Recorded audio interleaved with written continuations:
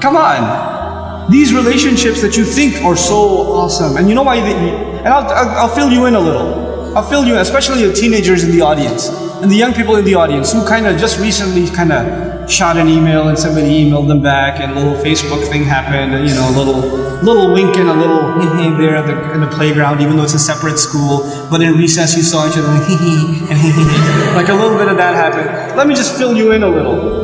You know, all of this is a product of low self-esteem. You think you're ugly. So if a guy thinks you're cute, you're like, really? I'm beautiful? You know, you have low self-esteem. You think nobody's gonna like you, nobody's gonna want to marry you, and all of that stuff. And on the other hand, the guy, like, you know, we don't have good friendships and good relationships, and we're looking for something. And most of the guys, I don't have to tell you what's going on in your head. You and I have ijma' on this issue. The things that go on in our head. There's no reason for me to explain all of that to you, you know. But you know, just because you have raging hormones and you're like daydreaming about girls and things like that, it doesn't mean that you're in love. It just means that you haven't controlled your temptations yet. And you're ruining somebody's life. You're ruining an entire family. You realize what you're doing?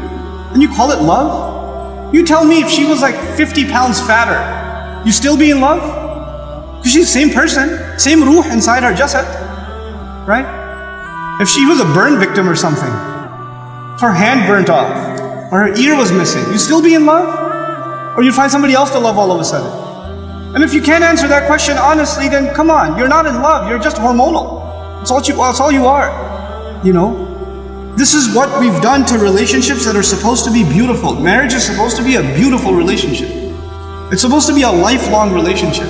But because you're watching all of these models on TV and stupid, like, you know, women that are just throwing themselves at men and all this stuff, and you've developed this delusional concept of what it means to have love in your life.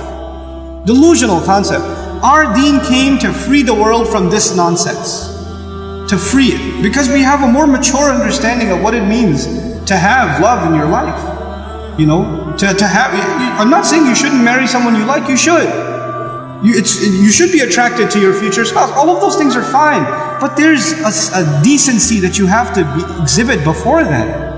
You know, and if you're okay with talking to a girl like that, you should be okay with somebody talking to your sister. You're okay with that too? Not if you have any ounce of decency left inside you. If you do, then, you know, this is how we have to end these things. And no, if you've been in that kind of relationship, or you're in one of those relationships right now, nobody knows. Only Allah knows and you know. Don't raise your hand, please. Right? What I'm saying, and you're like, oh, after today's lecture, I have decided I no longer want to be your friend. You know, don't even write that, because even then you're looking for a response. You're kidding yourself. And then you're checking, did she write back? Yes, we should no longer be friends. And then you'll write back, you're right, we really shouldn't be friends anymore. And then she'll write back, yeah, never again. And then you're still doing it. Just stop, just cut it off. Just cut it off. It's not good for you. And guys, I've done a whole series on shame, so I won't repeat the whole thing because it took hours and hours and hours, but I will tell you this. It's okay to be attracted to a girl. Allah put that in you. You're not evil for finding a girl beautiful. It's not haram for you to feel that way. You have to control it though. You have to control yourself. Our deen teaches us self-control. And if you cannot exhibit self-control in one aspect of your life, you'll lose self-control in other aspects of your life. Same thing for you. Same thing for you. Control yourself. Control your giggle. Control your overly friendly demeanor in certain situations. Don't be oblivious to, don't say we're just friends, or he's like a brother to me. If he ain't your brother, he ain't your brother. That's it. That's it. Either he's your brother, you share a mom, or he's not. And that's the end of it.